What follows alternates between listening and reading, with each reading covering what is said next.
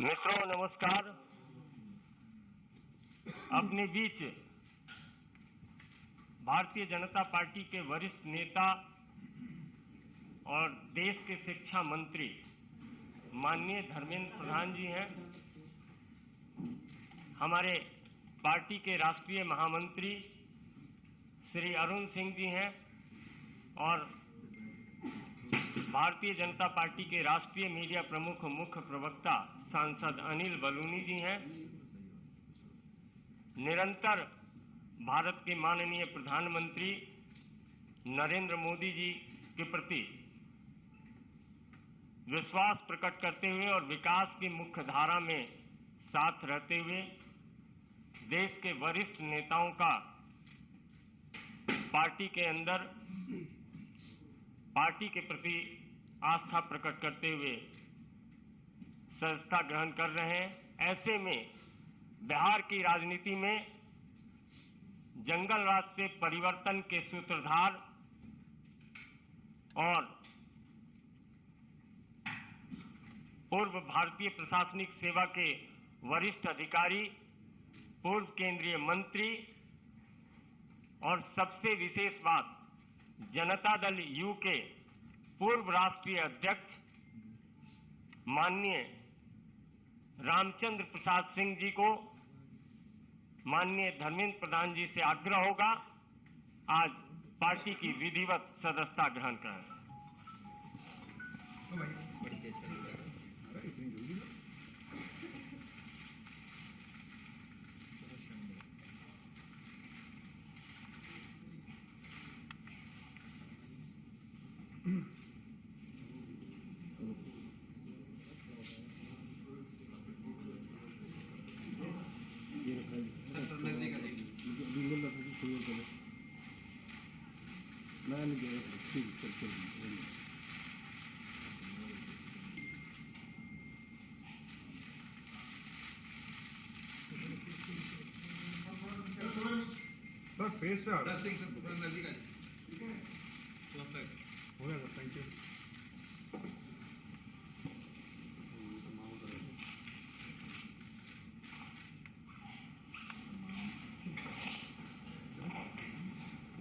मेरा विनम्र निवेदन है माननीय धर्मेंद्र प्रधान जी से कि आप संबोधित करें। माननीय धर्मेंद्र जी।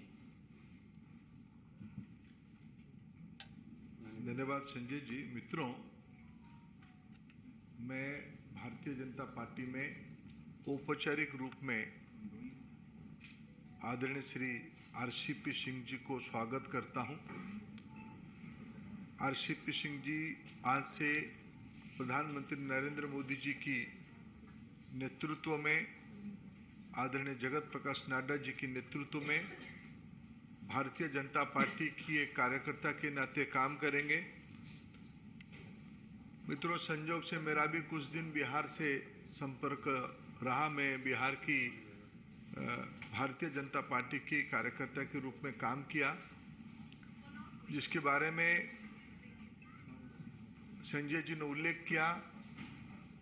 बिहार में एक कानून की राज स्थापित हो, बिहार में विकास हो, बिहार में महिलाओं की सुरक्षा बढ़े, नागरिकों की सुरक्षा बढ़े, नौजवानों को अवसर मिले, इस प्रकार की राजनीतिक मुद्दे पे अटल जी के मार्गदर्शन में, स्वर्गीय जॉर्ज फर्नांडिस की मार्गदर्शन में एक राजनीतिक गठबंधन हुई थी। आज की बिहार को पटरी में रखने के लिए उस गठबंधन की बड़ी भूमिका रही। कई दिनों तक हम लोगों ने उस एक्सपेरिमेंट को चलाया, लेकिन उस एक्सपेरिमेंट को अपने निहित राजनीतिक उद्देश्य से, अपने निजी राजनीतिक एम्बिशन को चरितार्थ करने के लिए बिहार की मौजूदा मुख्यमंत्री नीतीश कुमार जी बार बार उस पे पीछे से छुराघात करते रहे। तभी जब हम काम इकट्ठा करते थे, हम रामचंद्र बाबू जी से बातचीत भी करते थे। जो पहली बार भी नीतीश जी 2012 में 12 में होगा ना, पहली बार वो छोड़े 12 में 13 में जब छोड़े तब भी रामचंद्र बाबू उनके हाथ पकड़े थे। ये बिहार की मैंडेट नहीं था। बिहार की विकास चाहिए, बिहार के अंदर सुशासन चाहिए, लेकिन अपने राजनीतिक मर्यादा में रहते हुए उन्होंने उसको संभालने का कोशिश किया था। दोबारा उस राजनीतिक मैंडेट को पुनः प्रतिष्ठित करने के लिए उन्होंने काम किया। भारतीय जनता पार्टी की राष्ट्रीय नेतृत्व की साथ वार्ता करके फिर बिहार में कानून की राज हो, सुशासन हो, उसकी प्रयास किया। केंद्र में मंत्री भी रहे। मंत्री रहने के पहले भी मैं जितना रामचंद्र बाबू को जानता हूं, कुछ विषय में रामचंद्र बाबू अपने आप एक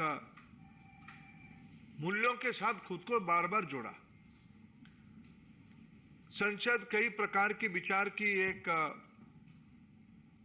मंच होता है। मैंने रामचंद्र बाबू को भाषण करते हुए बार बार देखा, इस देश के बुनियादी मुद्दों पे, विशेष करके किसानों के मुद्दे पे, पूर्व भारत के मुद्दे पे, देश की पिछड़े समाज की हितों की रक्षा करने के मुद्दे पे और राष्ट्रीय स्तर पे सरदार वल्लभ भाई पटेल की अस्मिता के बारे में कभी भी बात हो, कभी भी चर्चा हो, उसमें रामचंद्र बाबू मुखर होते थे। उस समय में वो दल नहीं दिखते थे, एक कॉज के साथ खुद को आइडेंटिफाई करते थे। मैं निश्चित रूप में बिहार की जो वर्तमान राजनीतिक स्थिति है और आरसीपी सिंह जी की ख्याति है, जनता दल यू को एक राजनीतिक प्रक्रिया करके आज की जो रूप उनकी है उसको खड़ा करने में आरसीपी सिंह जी की बहुत बड़ी भूमिका रही है।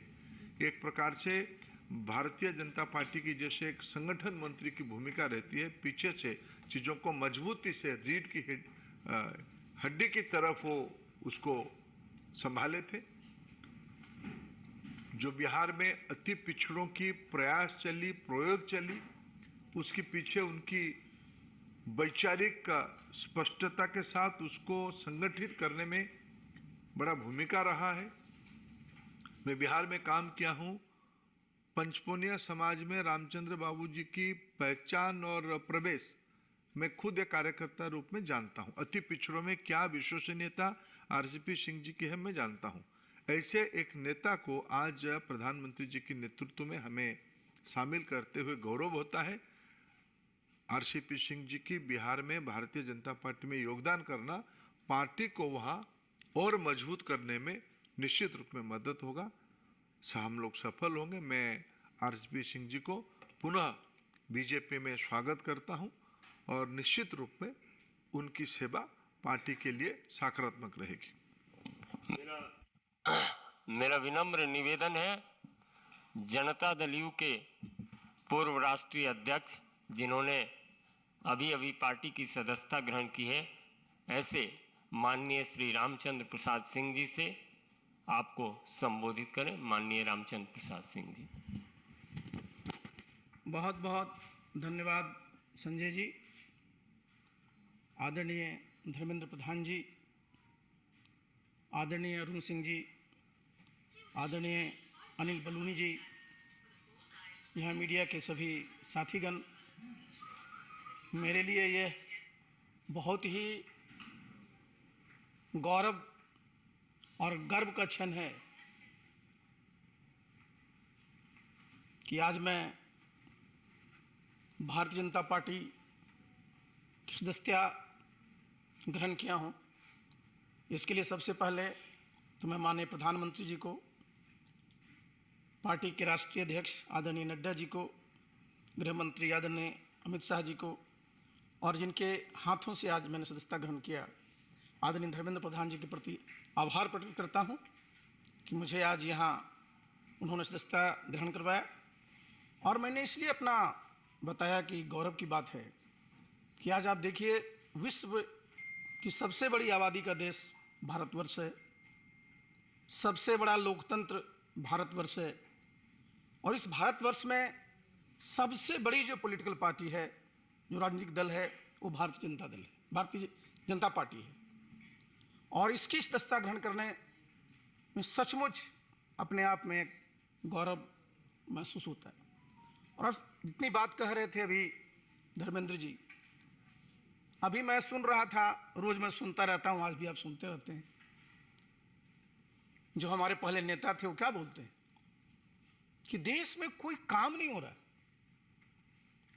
हमने कई बार उनको आईना दिखाने की कोशिश की कि अगर कोई काम नहीं हो रहा है तो नीतीश बाबू ये बताएं कि आज भारतवर्ष दुनिया में 5वीं सबसे बड़ी अर्थव्यवस्था है, ये कैसे हुआ? ऐसे तो नहीं हुआ।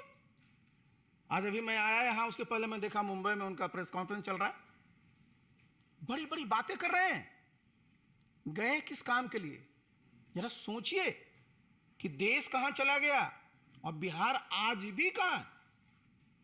पहले क्या बात करते थे वो? जब भी उनके पास जाइए कहेंगे मैं बिल्कुल क्राइम के खिलाफ हूं, करप्शन के खिलाफ हूं।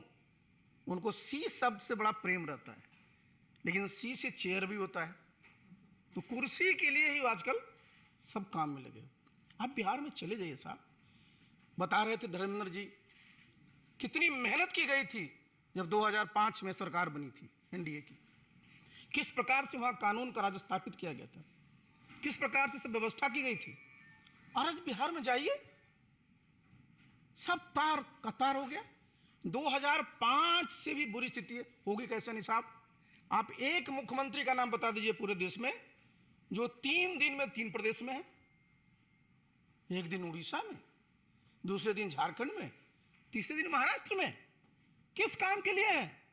बिहार की जनता ने उनको मैंडेट दिया था, बिहार को विकसित प्रदेश बनाएंगे, बिहार में जो बेरोजगारी है उसको खत्म करेंगे, बिहार के जो बेरोजगार नौजवान उनको नौकरी देंगे। और आप लगे हुए कहां है? कहते हैं साहब मैं तो सबकी एकजुटता कर रहा हूं, विपक्षी एकता कर रहा हूं। नीतीश बाबू, आप बार बार इतिहास की बात करते हैं, इतिहास भूलिए मत। हमेशा जब भी ये लोकसभा का चुनाव आता है, 2019 को याद कर लीजिए, उस समय भी साहब विपक्षी एकता की बात चली थी। 2019 में आप देखिए यूनाइटेड इंडिया करके रैली कितनी बड़ी बड़ी हुई थी। लेकिन आप क्या एकता करिएगा? आपका नेता कौन है? बिना नेता को एकता होता है क्या? नेतृत्व कौन करता है? और इस देश का जरा दुर्भाग्य देखिए साहब, जब 1989 के बाद से देखिए 2004 तक कितने प्रधानमंत्री हुए, कितने वर्षों में देश की स्थिति क्या हो गई? देश का सोना भी बाहर गिरवी रखना पड़ा था। और आज भारत G20 का प्रेसिडेंट है। मैंने जैसे पहले भी कहा 5वीं आर्थिक पावर है, और प्रधानमंत्री जी ने इस देश की एक पहचान दुनिया में दिया है। तो ये गौरव का सबके लिए विषय है। लेकिन किस काम में लगे हुए? बिहार को आगे नहीं ले जाना है, बल्कि जो मैं बार बार कहता हूं कि लोग उनको बोल देते हैं पीएम। तो मैं इस बात को कहा था कि नीतीश बाबू अब पीएम थे, पीएम हैं और पीएम रहिएगा। लेकिन पीएम का मतलब क्या होता है? पी मतलब पलटी, एम मतलब मार। पहचान क्या बनी है? बताइए साहब, कितने बार आपने विश्वासघात किया है? तो ऐसे साहब समाज का और देश का कल्याण नहीं होता है। तो मैंने इन सब चीजों के मद्देनजर मैंने तय किया कि मैं उस पार्टी का मैं राष्ट्रीय अध्यक्ष भी था। बिहार में उस पार्टी को मैंने गांव गांव तक पहुंचाया, जितने बूथ है वहां तक पहुंचाया। आज क्या स्थिति है? सब जितने कार्यकर्ता हैं सब हमसे पूछते हैं सर कुछ निर्णय लीजिए। आज निर्णय हुआ है, आप देखिएगा बिहार में नीतीश बाबू का कुछ नहीं बचेगा जी। अपने रहेंगे, उनके राष्ट्रीय अध्यक्ष रहेंगे, और जिसको मैं भुंजा पार्टी कहता हूं वो रहेंगे। बाकी सारा का सारा बिहार चाहता है कि केंद्र में जिस प्रकार से आदरणीय नरेंद्र मोदी जी देश के गरीब लोगों के लिए काम कर रहे हैं, उसी प्रकार से बिहार में भी काम हो। अब वो बताते हैं कि साहब गरीबों को कोई काम नहीं होता। भाई प्रधानमंत्री किसान सम्मान निधि योजना में तो गांव में रहता हूं, इस्तीफा देने के बाद अपने गांव में रहता हूं। किसी समाज का हो, किसी धर्म का मानने वाला हो, सबके खाते में 6,000 रुपया जा रहा है कि नहीं जा रहा है? सबको महीने में प्रति व्यक्ति 5 किलो अनाज मिल रहा है कि नहीं मिल रहा है? ये क्या है नीतीश बाबू? ये साधारण उपलब्धि है। तो इसलिए साथियों, इन सब चीजों को देखते हुए मैंने सोचा कि जब आप फिर से वहीं पहुंच गए हैं, फिर से इनका क्या था, नीतीश बाबू का पूरा वजूद क्या था? इन्होंने संघर्ष इसके खिलाफ किया था, आरजेडी के खिलाफ, और आज उन्हीं गोद में बैठे हुए हैं और कह रहे हैं आजीवन वहीं रहना है।